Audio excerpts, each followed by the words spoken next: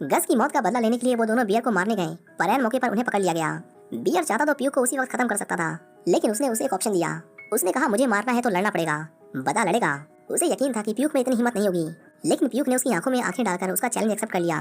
Golf ने fight के लिए कल का दिन चुना और उसने ये तक भी कह दिया कि अगर ये हारा तो तू मुझे भी मार सकता है। शाम को प्यूक फाइट की तैयारी करता है। जब वो अपने ब्लेड में धार लगा रहा था तो उसने गोल्फ से कहा कि मैंने सुना है कि जब लोग मरने वाले होते हैं तो वो अपनी माँ को याद करते हैं।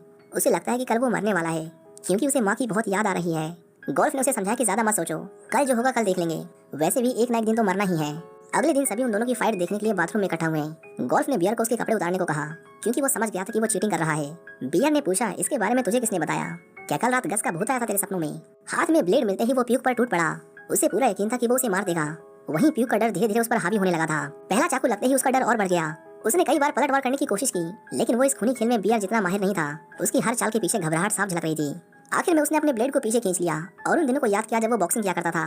कैसे हर पंच से पहले उसका दिमाग चलता था, हाथ नहीं। जैसे ही उसे मौका मिला उसने फुर्ती से बियर के पैर पर वार किया। बियर लड़खड़ाया और जमीन पर गिरते ही प्यूक ने बिना रुके उसके पेट में कई बार चाकू घोंप दिए। बियर का दोस्त मदद के लिए आगे बढ़ा, लेकिन गोल्फ ने उसे जोर से धक्का देकर रोक लिया। आखिर में प्यूक ने उसका गला दबाकर उसकी आखिरी सांस भी उसे छीन ली। कुछ देर बाद वहाँ गार्ड्स आए और उन्होंने सभी को अपने सेल में जाने को कहा। वार्डन ने तीनों को डंडों से पीटा और गुस्से में कहा कि तुम गंदी नाली के कीड़े जब खुद अपनी जिंदगी के बारे में नहीं सोचते तो कैसे उम्मीद कर सकते हो कि हम तुम्हारे बारे में सोचें। उन्हें पीटने के बाद उसने उन दोनों को सेल में बंद कर दिया। गोल्फ ने कहा ज्यादा सोचो मत, हमने कुछ गलत नहीं किया। उसके मरने से यहाँ की जिंदगी आसान ही हुई है। अगली सुबह जब गोल्फ